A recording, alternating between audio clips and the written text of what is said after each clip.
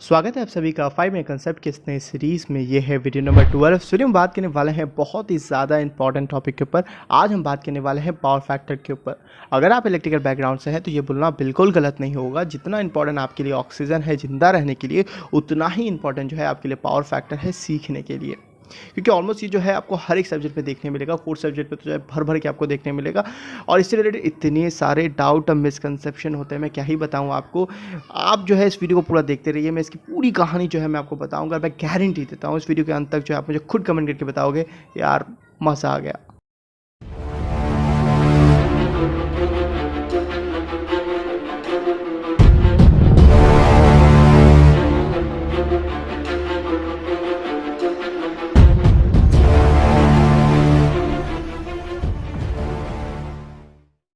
तो ये power factor क्या होता है? पावर फैक्टर को बहुत तरीके से डिफाइन किया जा सकता है और डिफरेंट लोग जो है आपको डिफरेंट तरीके से समझाने की कोशिश करते हैं। पहली बार जब इस पावर फैक्टर को आप पढ़ते हैं, समझने की कोशिश करते हैं, तो आपको ये बताया जाता है पावर फैक्टर जो है वो दो डिफरेंट टाइप के पावर का रेशियो होता है। अब ये जो चीज़ है वो आप इसके नाम से भी समझ में आता है। अगर आप इसके नाम को ध्यान से देखेंगे तो ये दो वर्ड से मिलकर के बना हुआ है, पावर और फैक्टर। तो पावर का मतलब तो हमें यहाँ पे समझ में आता है कि हम इलेक्ट्रिकल पावर की बात कर रहे हैं, और फैक्टर का मतलब जो होता है आपने 5वीं क्लास में पढ़ा होगा कि रेशियो मतलब होता है इसका। अब ये रेशियो क्या होता है? आपने कभी रेशियो को देखा है? जी हाँ, आपने ज़रूर देखा होगा। इसको जो है कई तरीके से रिप्रेजेंट करते हैं। दो डॉट से रिप्रेजेंट करते हैं, कभी स्लैश से रिप्रेजेंट करते हैं, और आपने ऐसा देखा होगा कि दो नंबर जो है बीच में डिवाइड वाला सिंबल है, तो इस तरीके से भी इसको रिप्रेजेंट किया जाता है। तो ये रेशियो का मतलब क्या होता है? देखिए, रेशियो बताता है किसी दो नंबर या किसी दो क्वांटिटी के बीच का रिलेशनशिप, यानी कि संबंध बताता है कि कोई भी नंबर, नीचे वाला नंबर या ऊपर वाला नंबर, कोई भी एक नंबर जो है दूसरे वाले नंबर से कितना टाइम्स ज़्यादा है या कितना टाइम्स कम है। एग्जाम्पल के लिए हम ले लेते हैं कि आपके पास 10/2 है। तो यहाँ पे आपको रेशियो क्या बताता है? रेशियो ये बताता है कि मान लीजिए जो नीचे वाला जो नंबर है वो ऊपर वाले नंबर से 5 टाइम्स जो है छोटा है, या दूसरे तरीके से बोले जो ऊपर वाला जो नंबर है नीचे वाले नंबर से जो है 5 टाइम्स बड़ा है। तो रेशियो का मतलब ये होता है। तो इस पावर फैक्टर में हम किस रेशियो की बात कर रहे हैं? यहाँ पे हम दो डिफरेंट टाइप के पावर के रेशियो की बात कर रहे हैं, यानी कि पावर का टाइप होता है। जी हाँ, पावर का टाइप होता है। किताबों के माने तो हम 3 प्रकार का पावर हमें देखने मिलता है। एक होता है एक्टिव पावर, जिसे एक्चुअल पावर और ट्रू पावर भी कहा जाता है। दूसरा जो है रिएक्टिव पावर होता है, और तीसरा जो है वो एपरेंट पावर होता है। पर एक्चुअली हमारे पास दो ही तरह का पावर होता है, एक एक्टिव पावर होता है, दूसरा रिएक्टिव पावर होता है। पर जब इनको आप ऐड कर देते हैं, इनका वेक्टर एडिशन करते हैं, इन्हें जोड़ देते हैं, तो हमारा तीसरा पावर होता है, उसे हम एपरेंट पावर कहते हैं। तो ये एपरेंट पावर कोई अलग पावर नहीं है, कोई अलग टाइप का पावर नहीं है, इसका अलग नेचर नहीं होता है। जब इन दोनों का कलेक्टिवली हम बात करें, इन दोनों को ऐड कर दे, वेक्टर एडिशन कर दे, तो हमारा जो है एपरेंट पावर उसे कहते हैं। तो पहली बार जब इस पावर के टाइप्स को आप पढ़ते हैं तो आपको एक बहुत ही पॉपुलर एग्जाम्पल से समझाने की कोशिश की जाती है, ताकि आपको फील आए कि ये डिफरेंट टाइप के एक्टिव, रिएक्टिव और एपरेंट पावर होते क्या है। तो बियर और कोल्ड ड्रिंक्स कि ग्लास का एग्जांपल दिया जाता है कि अगर आप किसी ग्लास में बियर डालते हैं तो आपने देखा होगा कि जो है बियर के साथ साथ ऊपर में वाइट कलर का फोम आ जाता है। तो जितना ग्लास फिल होता है फोम के साथ, उसे हम एपरेंट पावर कहेंगे, और जितना एक्चुअली बियर है हमारा, जिसको हम पीने वाले हैं, उसे हम एक्टिव पावर कहेंगे, और जो फोम है हमारा उसे हम रिएक्टिव पावर कहेंगे। तो इस एग्जाम्पल को समझाने के बाद यहाँ से जो है जनरली हम दो कंसेप्ट को बिल्ड करते हैं। सबसे पहला चीज़ हमें यहाँ से ये समझ में आता है कि जो एक्टिव और रिएक्टिव पावर का समेशन होता है वो एपरेंट पावर होता है। ये हमें समझ भी आ रहा है देख करके कि हाँ भाई, ये जो बियर है वो हमारा एक्टिव पावर है, जो फोम है वो हमारा रिएक्टिव पावर है। इन दोनों को ऐड करके जो है हम टोटल जो है एपरेंट पावर बोल लेते हैं। दूसरा चीज़ जो है हम यहाँ से इंटरप्रिटेट करते हैं, हम समझते हैं ऐसा कि ये जो एक्टिव पावर है, यानी कि वो जो बियर है, एक्चुअली हम उसी को यूज़ करने वाले हैं। जो ऊपर वाला फोम है वो हमारा उड़ जाने वाला है। तो जो हमारा यूजफुल पावर है, जो हम इलेक्ट्रिकल मशीन में यूज़ करने वाले हैं, वो हमारा एक्टिव पावर होगा। रिएक्टिव पावर जो है हमारा कोई काम का नहीं होता है। पर ये गलत है। आप जब 5th सेमेस्टर में जाते हैं, 6th सेमेस्टर में जाते हैं, तो आपको समझ में आता है कि यार ये रिएक्टिव पावर को जब डिटेल में पढ़ेंगे तो आपको समझ में आएगा कि ये रिएक्टिव पावर तो बहुत ही ज़्यादा इंपॉर्टेंट होता है। ये एक्टिव पावर से भी ज़्यादा इंपॉर्टेंट होता है। बिना रिएक्टिव पावर के आप एक्टिव पावर को बना ही नहीं सकते हैं। ऐसा मैं क्यों बोल रहा हूँ? ऐसा मैं इसलिए बोल रहा हूँ क्योंकि इलेक्ट्रिकल पावर को हम कहाँ बनाते हैं? हम बनाते हैं जनरेटिंग स्टेशन में, जहाँ पर इलेक्ट्रिकल पावर को हम जनरेट करते हैं। कैसे बनाते हैं? जनरेटर्स की मदद से बनाते हैं, अल्टरनेटर्स की मदद से बनाते हैं। अल्टरनेटर में क्या होता है? अल्टरनेटर में वाइंडिंग होता है, फील्ड वाइंडिंग होता है। तो उस फील्ड वाइंडिंग को एक्साइट करने के लिए, उसे पावर देने के लिए, मैग्नेटिक फील्ड बनाने के लिए, मैग्नेटिक फ्लक्स क्रिएट करने के लिए आपको जो पावर का रिक्वायरमेंट है वो रिएक्टिव पावर का रिक्वायरमेंट है, एक्टिव पावर का नहीं। तो अगर आप फ्लक्स ही नहीं क्रिएट करेंगे तो आप जो है पावर को ही नहीं जनरेट कर पाएंगे। इसलिए समझ में आता है हमें कि बिना रिएक्टिव पावर के जो है हम एक्टिव पावर बना ही नहीं सकते हैं। तो ये वाले एग्जाम्पल में थोड़ा सा गड़बड़ी था, इस चीज़ में आप क्लियरिटी लाइए। अब ये पावर फैक्टर किस दो पावर के बीच का रेशियो है? पावर फैक्टर जो है एक्टिव पावर और एपरेंट पावर के बीच का रेशियो होता है, और ये जो एपरेंट पावर है वो हमेशा हमारा नीचे होगा, डेनोमिनेटर में होगा, और हमारा जो एक्टिव पावर है वो ऊपर होगा। और ये चीज़ आप जानते हो कि जो एपरेंट पावर होता है वो हमेशा जो है हमारे एक्टिव पावर से ज़्यादा होगा या तो उसके बराबर होगा, वो कभी भी जो है कम नहीं हो सकता है। ये चीज़ जो है आप फील भी कर सकते हो इस बियर ग्लास के एग्जाम्पल से। या तो हमारा बियर ग्लास पूरा फुल होगा, वहाँ पे थोड़ा भी जो है आपको फोम देखने नहीं मिलेगा, तो इस केस में जो है हमारा एपरेंट पावर जो है एक्टिव पावर के बराबर हो जाता है। अगर जो है आपका फोम थोड़ा बहुत रहता है तो इसका मतलब ये होता है कि जो हमारा एपरेंट पावर है वो ज़्यादा है हमारे एक्टिव पावर से। तो इससे आपको एकदम बढ़िया तरीके से समझ में आता है। इसलिए जो है कभी भी आप जब इसको डिवाइड करेंगे, एक्टिव पावर और एपरेंट पावर को डिवाइड करेंगे, तो जो आपको वैल्यू मिलेगा वो हमेशा 0 और 1 के बीच में आपको मिलने वाला है, कभी भी 1 से ज़्यादा नहीं जाने वाला है। इसलिए हम बोलते हैं जो पावर फैक्टर का जो रेंज होता है वो 0 से 1 होता है। और जब 1 आएगा मतलब क्या, जब हमारा एपरेंट पावर और एक्टिव पावर बराबर हो जाए तब हमारा 1 आएगा, तो उस वाले पावर फैक्टर को हम बोलते हैं यूनिटी पावर फैक्टर, और ये सबसे बढ़िया पावर फैक्टर इसको माना जाता है। और जैसे जैसे हमारा पावर फैक्टर का वैल्यू कम होगा, यानी कि 0.9 होगा, 0.8 होगा, 0.7 होगा, 0.6 होगा, तो वैसे वैसे जो है हमारा पावर फैक्टर खराब होते जाएगा, उसको पुअर पावर फैक्टर हम कहते हैं।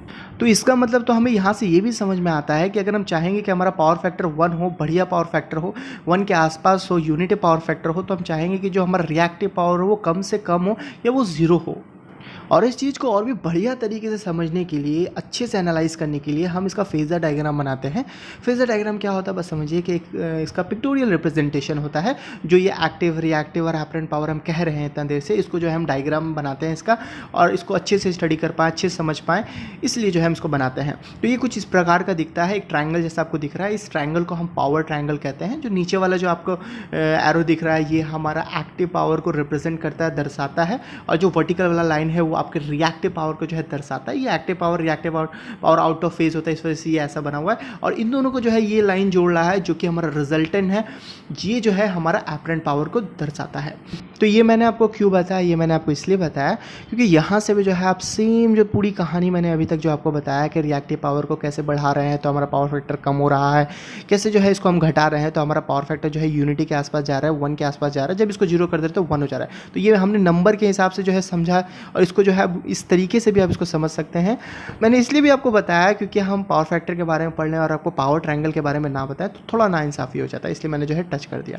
हालांकि इस तरीके से जो है हम इसको नहीं समझेंगे, ऑलरेडी जो है मुझे लगता है कि आपको समझ में आ गया है। तो अभी तक आपको थोड़ा बहुत आपको आइडिया मिल गया होगा ये पावर फैक्टर क्या होता है, बट बहुत धुंधलापन है इस कंसेप्ट में।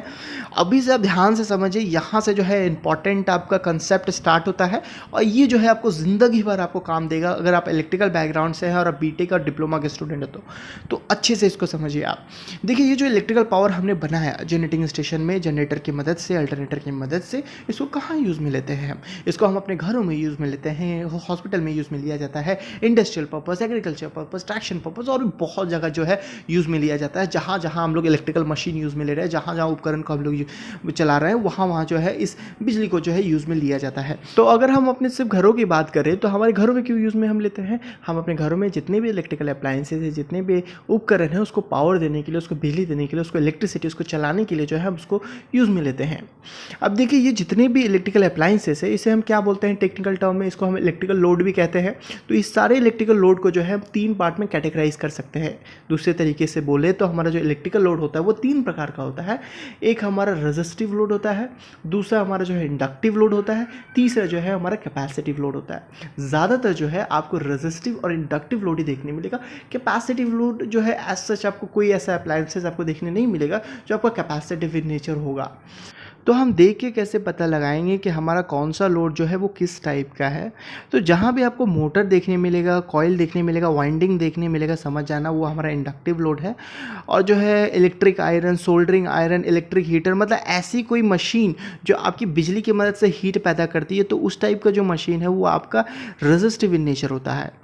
और कैपेसिटिव लोड का तो मैंने आपको पहले ही बताया कि एज सच हमको कोई अप्लायंसेस देखने नहीं मिलेगा, बट हाँ वो जो कैपेसिटर होता है वो कैपेसिटिव इन नेचर होता है। बट ऐसा बोलना कि जहाँ जहाँ आपको कैपेसिटर देखने मिलेगा वो कैपेसिटिव लोड होगा, ये गलत है। क्योंकि फ़ैन जो है आपका यहाँ पे बहुत बढ़िया एग्जांपल है कि फ़ैन जो है हमारा इंडक्टिव लोड आपको पता है, क्योंकि फ़ैन के अंदर हमारा वाइंडिंग होता है। जी हाँ, उसके अंदर कैपेसिटर हम यूज़ में लेते हैं तो उसके अंदर कैपेसिटिव नेचर भी है, बट इंडक्टिव नेचर हमारा ज़्यादा है। अब देखिए फ़ैन के अंदर हमारा रेजिस्टिव नेचर भी होता है। यहाँ से आप ये भी चीज़ समझ लीजिए कि कोई भी हमारा जो इलेक्ट्रिकल अप्लायंसेस होता है वो प्योरली इंडक्टिव या प्योरली रेजिस्टिव या प्योरली कैपेसिटिव कभी नहीं होता है। उसमें तीनों प्रॉपर्टी आपको थोड़ा बहुत देखने मिलेगा। कोई प्रॉपर्टी बहुत ज़्यादा देखने मिलेगा आपको, जो फ़ैन जो है उसमें जो है हमारा इंडक्टेंस बहुत ज़्यादा होता है, रेजिस्टिव भी उसके अंदर नेचर, रेजिस्टेंस भी उसके अंदर होता है, क्योंकि जो है भाई वायर यूज़ कर रहे हैं तो वहाँ रेजिस्टेंस तो होना ही होना है, और कैपेसिटिव नेचर भी वहाँ पे होता है। तो उसी प्रकार से कोई भी अप्लायंसेस आप उठाओगे तो वहाँ पे कुछ ना कुछ जो है आपको कैपेसिटिव नेचर भी देखने मिलेगा, रेजिस्टिव नेचर भी देखने मिलेगा, इंडक्टिव नेचर भी आपको देखने मिलेगा। कोई ज़्यादा होगा, कोई कम होगा, कोई बहुत कम होगा। तो ये प्योरली रेजिस्टिव लोड को चलने के लिए हमारा एक्टिव पावर चाहिए। जो मैंने पावर का 3 टाइप बताया था आपको, तो वहाँ पे मैंने एक्टिव पावर बताया था। तो ये एक्टिव पावर से चलता है हमारा रेजिस्टिव लोड। अब देखिए चूंकि सिर्फ ये एक्टिव पावर से चलता है तो यहाँ पे हमारा पावर फैक्टर क्या हो जाएगा, यूनिटी हो जाएगा, क्योंकि यहाँ पे हमारा रिएक्टिव पावर तो है ही नहीं। अब हमारा जो इंडक्टिव लोड है, इंडक्टिव लोड यानी कि फ़ैन आपका जहाँ भी वाइंडिंग देखने मिला तो उसको चलने के लिए हमारा रिएक्टिव पावर चाहिए। प्योरली इंडक्टिव लोड को सिर्फ रिएक्टिव पावर चाहिए। अब मज़े वाली बात देखिए, मैंने आपको क्या बताया कि कोई भी ऐसा इलेक्ट्रिकल अप्लायंसेस नहीं होता है जो प्योरली इंडक्टिव इन नेचर होता है या प्योरली रेजिस्टिव इन नेचर होता है। थोड़ा बहुत जो है दोनों का ही प्रॉपर्टी या तीनों का ही प्रॉपर्टी आपको देखने मिलेगा।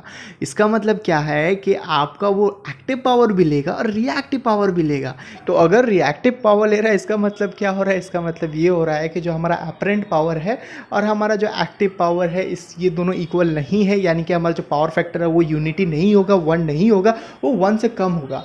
और ये और भी कम होता जाएगा जैसे जैसे जो है हम इंडक्टिव लोड यूज़ में लेंगे, क्योंकि मैंने क्या बताया इंडक्टिव लोड को क्या चाहिए भैया, रिएक्टिव पावर चाहिए। तो रिएक्टिव पावर को लेगा तो हमारा क्या होगा, अपरेंट पावर हमारा बढ़ता जाएगा, और अगर अपरेंट पावर बढ़ता जाता है तो हमारा जो पावर फैक्टर है वो कम होता जाएगा।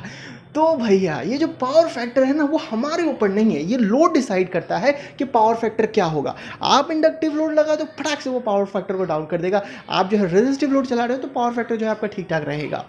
तो अब इसका सोल्यूशन क्या है, हम क्या करें। तो क्या आपके घर में जितने भी इंडक्टिव लोड है, यानी कि जहाँ जहाँ मोटर यूज़ में ले रहे हैं हम, ceiling fan, cooler, washing machine, वो सबको यूज़ करना छोड़ दोगे क्या? आप ऐसा करते हो क्या? नहीं, आप ऐसा नहीं करते हो। तो भैया क्या सोल्यूशन है, क्योंकि मोटर बोलता है कि मेरे को जितना एक्टिव पावर चाहिए, मेरे को जितना रिएक्टिव पावर चाहिए, मेरे को चाहिए ही चाहिए, मैं उसमें कंजूसी नहीं करने वाला हूँ।